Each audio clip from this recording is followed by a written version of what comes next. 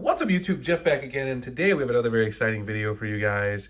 Today I'm going to be talking to everybody out there who may have gotten themselves a shiny new iPhone 14 Pro or Pro Max for the holidays as a gift, and try to convince you why I think you should take this phone and trade it in for a Samsung device, either Galaxy S22 Ultra or wait for the upcoming S23 Ultra. Before I get into my 5 reasons, I do want to remind you guys that if you are pre-ordering a Galaxy S23 Ultra, or you decide to after watching this video, I do have my free mystery boxes that you can get if you do pre-order an S23 Ultra. It's 100% free. I cover the shipping. You get a free case, a free phone stand, a free cleaning kit, other randomly assorted goodies like Amazon gift cards, Google Play credit. All you got to do is add to cart, and proof of purchase will be required in February when the phones start to ship. So if you decide after listening to this video and talking about these 5 reasons you want to jump from your iPhone to a Galaxy S23 Ultra, you could do that in February and get the mystery box. The link will be in the description and the pinned comments. So I have 5 things here today, as usual, inside Google Keep document, and I'm going to talk about these reasons. And these are reasons that are pretty clear in my opinion. I've talked about some of them before, but some of them you may not be aware of if you've used iPhone your whole life. So let's kind of go through them. So the first thing is, the Galaxy S23 Ultra and the S22 Ultra that I have now has a fingerprint sensor and face unlock. Now, one of the things that I dislike about the iPhone, and again, I use my iPhone every day and I like the iPhone for video, but one of the things I dislike about using it from an everyday use perspective is that the only unlock mechanism I have is Face ID. And while Face ID is very good, there's still some limitations, obviously. Like now, when I'm behind the camera, using Face ID can be difficult. Also, if you are laying in bed at night and your face is partially obscured by the pillow, it can be difficult to unlock it with Face ID. On the other hand, on your Galaxy device, not only do you have facial recognition, but you also have a fingerprint sensor on the front. There really is no reason, in my opinion, that Apple couldn't just put Touch ID on here as well as Face ID. There's really no good reason not to include it, and it would just make it a lot easier to use in a lot of different use case scenarios. The next thing is true multitasking. So there really isn't much to say about multitasking on the iPhone because it doesn't really have any multitasking. Apple has brought some multitasking to the iPads in recent years, but in terms of iPad multitasking on iOS for phones, it's not really there.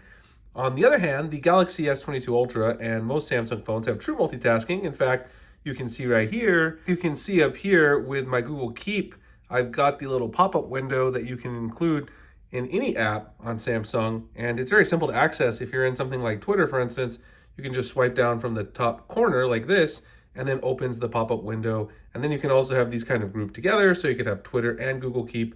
You could also group them on the side. You can also do split screen multitasking as well, so if you want to have 2 apps at the top and the bottom open at the same time, you can do that as well. Samsung has pretty much unlimited multitasking options, whereas you can't really do any of these things on the iPhone, and I use multitasking all the time, not just for making my videos, but in my day-to-day productivity use as well. I find it to be incredibly useful. And you can see there the grouping I have with Twitter and also with Google Keep. Once you close one of those out, then it just leaves the other one. The next thing is launchers, icon packs, and theming. So I do want to mention, because someone mentioned this last time I talked about it, you can see here the Face ID, I have to kind of tilt my head to get it to open. You can add icon packs now on the iPhone, but it's very, very difficult. You have to change each individual icon to the new icon, and it takes a long time. I actually tried on my iPhone. It takes so long to apply an icon pack on iOS to make it look uniform that I gave up because I just couldn't do it. It's going to take you hours of time to do it because changing the icon one at a time is not a fast process at all on iOS. On the other hand, if you have a Samsung phone, you don't even need a third-party launcher. Of course, you can install a third-party launcher and customize your device in a deeper way. But if you use Samsung's Good Lock application and you download their theme park module, you can install icon packs and themes directly from Theme Park. You guys can see right here, I am using a custom icon pack called Aries Light from my friend One4 Studio, who is a great icon pack developer. He also makes icons for iOS, so if you really have the patience to do that, you could apply it to your iPhone. But the number of choices with icon packs, you can find them in the Play Store, and they are limitless. You can also do tons of customization with your keyboard, your quick panel, all kinds of great things you can do, your volume panels. within your Samsung theme park application. This is without even installing third-party apps. If you install third-party apps like Nova Launcher, you can take control of a lot of other things like animations, how your folders look, all that cool stuff. And the customization really is limitless when it comes to Samsung and Android. You don't get any of that on iOS. Again, you can do a little customization, but it's going to be very difficult and take you a long time. The next one is a pretty simple, obvious one. The Galaxy S22 Ultra has an S Pen. The iPhone 14 Pro Max and Pro do not. And the S23 Ultra will also have an S Pen. Now, I use the S Pen all the time. A lot of people, as I've said before, sometimes say it's a gimmick. One thing I use it for quite a bit in my day job is using Microsoft Equation Solver. I teach mathematics at the university level. You can use this to draw mathematical equations and solve them. Now, that can be very useful. For instance, if you're in a calculus class and you want to find an integral like x squared, you can then easily convert this and it will go ahead and solve that problem for you.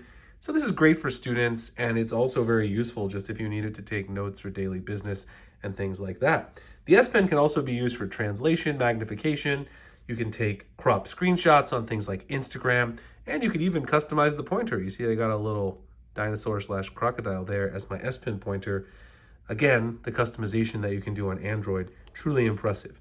Apple seems like they never really want to come out with an S Pen or stylus for the iPhone. Of course, the Apple Pencil is great for the iPad, but it doesn't exist on the phone platform.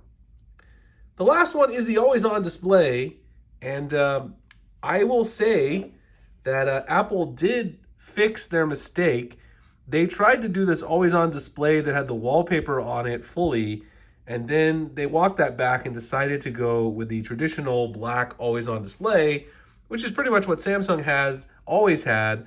But I think Samsung actually does a much better job because it's a simpler always-on display in terms of the notification management is still much better on Android. You can see the icons there. That's my after-ship notification for my packages.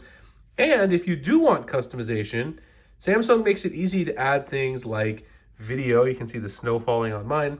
Video always-on displays, image always-on displays that are just kind of right there with the rest of your black always-on display and not a full wallpaper like Apple had, kind of tried to do in the beginning. So I think that Samsung has a better implementation. I mean, they certainly did this implementation before Apple, so Apple obviously realized the error of their ways and went back to the Samsung style. So at the end of the day, those are 5 reasons that I think you should consider switching from your Apple iPhone 14 Pro Max that you just got as a gift over to an S22 Ultra, or wait for the S23 Ultra. Again, if you do, I have my mystery box. The link will be in the description, the pinned comment.